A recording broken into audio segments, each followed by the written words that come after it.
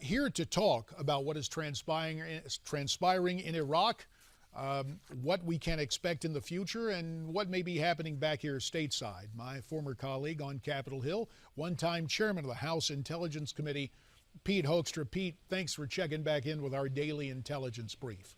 Hey, always good to be with you, JD. Thank you. Well, I don't know. We talk about intelligence, and that's one meaning in one sense, but I don't believe we can describe our current foreign policy or national security posture as intelligent in any way, shape, or form.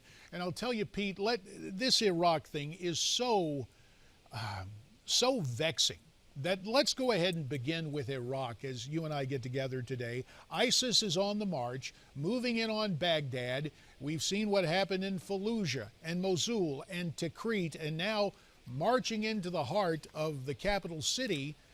Is anything going to stop this group known as ISIS? I'm not very optimistic, and I'm not even sure that if the U.S. intervenes or the West intervenes at this point, that it makes that much difference. Here, I think, JD, are your 5 big takeaways and why I think your opening comment was that this is a disaster. It's not only a disaster for Iraq, it's a disaster for the Middle East. It's a disaster for the United States, and here they are. Number one, I think we're going to see a partitioned Iraq. You know, whatever is left of original Iraq is going to be in the south.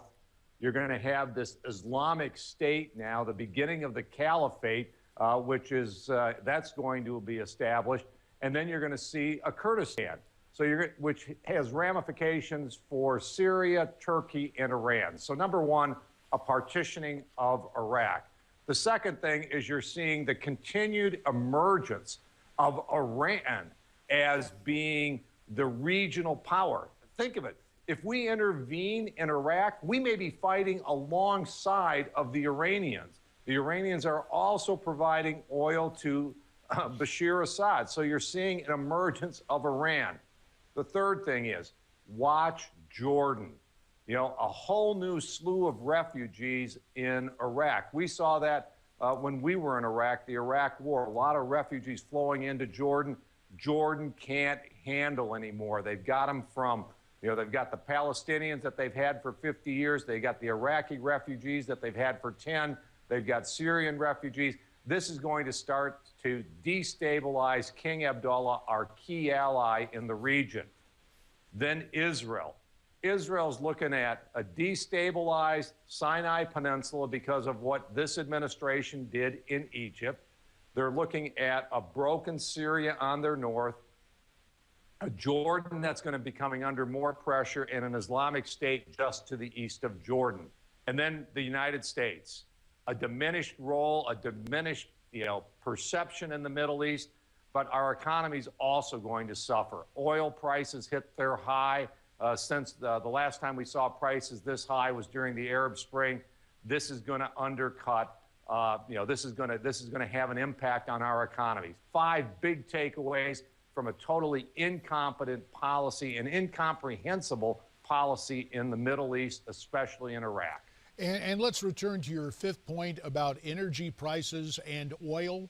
Because for many Americans who may not be paying slavish attention to what is transpiring in Iraq right now, the fact that oil production in Iraq will be disrupted only affects the supply, and it will have an impact in the United States, correct? Absolutely. A disrupted supply in Libya, a disruption here in Iraq. World oil price, it's a world market. World oil prices are going up. And, we saw this with Ukraine. Energy is still a power broker in the world. And at a time where the U.S., with coal, with gas, with nuclear, and all of these types of things, we could be the energy powerhouse in the world to help our allies in Western Europe to stabilize energy markets, to make sure that our economy is not crippled. We've got a White House that has declared a war on coal. They'll declare a war on fracking. They won't allow the Keystone Pipeline. And rather than us having that stabilizing influence in the world, we're all going to see higher gas prices. We're going to see higher manufacturing costs. We're going to see our economy, I think, take a hit over the coming months because of this uncertainty in this place far away that Americans would like to forget about, the Middle East. But what happens in the Middle East will have an impact back here at home. Pete, in listing the 5 takeaways, you made mention of something that a lot of people heretofore have not paid great attention to, and that is the fate of Jordan, formerly known as Transjordan, during the days of British occupation, if you will, back a century ago. King Abdullah, who you may recall during our days on Capitol Hill, was actually invited to come speak at the Congressional Prayer Breakfast. I mean, the smaller get-together there among both current and former law members, came and offered remarks speaking of Jordan's tolerance and the diversity within the military ranks which he led and in which he serves. We have heard rumblings of the throne being, well, unsteady, not because of Abdullah, but because of events. With what is going on, is Abdullah's monarchy threatened? Is the current government of Jordan threatened? It very, very well could be. A destabilized Middle East is the worst thing for King Abdullah. It is the worst thing, for Jordan in that part of the world. Like I said, Jordan is, yeah, you're right. They have a diversity, and they've had to build that kind of diversity in their government, in their military, just to survive. But, they have very few natural resources. They have limited supplies of water, and this influx of refugees that's been occurring for 50 years, because this was the stable place to go, is putting a tremendous strain on this monarchy, on this ally, and, all of these folks coming in. And remember, ISIS, the ones that are creating all the problems in Iraq, they're also going to be flowing into Jordan. Jordan has a huge border with Syria, and they're going to start creating, the same kinds of disruption and uncertainty and a threat to the monarchy that Maliki is seeing in Iraq. It is going to happen unless there's an intervening event that starts to stabilize the region and starts to put these jihadists back in their place. And the only intervention can be an intervention by the United States. And you and I think we're uncertain what that will be, if there even is one. And if there is one, will it be of a big enough magnitude to actually have an impact there? I'm not sure, but I'll tell you, if Jordan goes, boy, Israel's going to be very, very. They're already very concerned. But at that point in time, Israel will not have a friendly border. Well, it portends great peril for our ally Israel in the Middle East, and uncertainty, to say the least, for Jordan. Pete, as you were talking, we put up a website with the headline, ISIS threatens Jordan, vows to slaughter King Abdullah. This is not a good situation. Need to switch topics in the 2.5 minutes remaining to the other major story that we have, and that is the return of Sergeant Bo Bergdahl back stateside in San Antonio now. The Daily Beast releasing some letters allegedly written by Bergdahl, subsequently authenticated by government sources. We'll take a look at these letters, or at least an excerpt of one. There are some risks that are forced to be taken. However, it was made clear more than once that clear-minded understanding from leadership was lacking, if non-existent.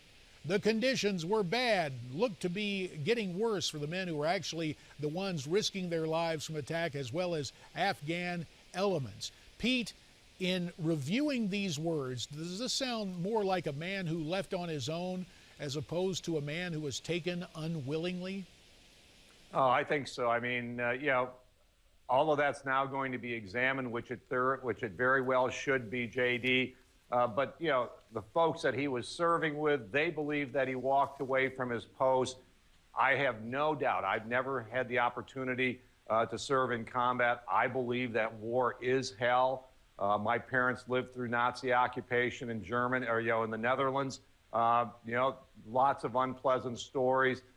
So I'm sure he was under a tremendous amount of pressure. It's an uncomfortable situation. These folks are facing death.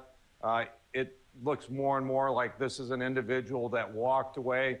The military has now put on hold his promotion, I believe, to sergeant. They've put on hold his reimbursement for POW pay. So they're going through all the things, hopefully the necessary steps to identify exactly what happened and what the accountability measures need to be.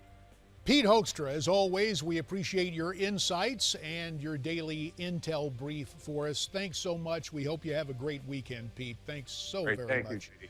Well, Pete lays it out there, both in terms of the posture of the Obama administration and the return of Bergdahl. Your comments on both those major stories encouraged. Tweet us your thoughts at Newsmax TV, hashtag America's Forum. You can also use email, our address, if you will, connect@newsmaxtv.com. And there is Facebook, which you can use as well. You will see our faces again following this break. Stay tuned.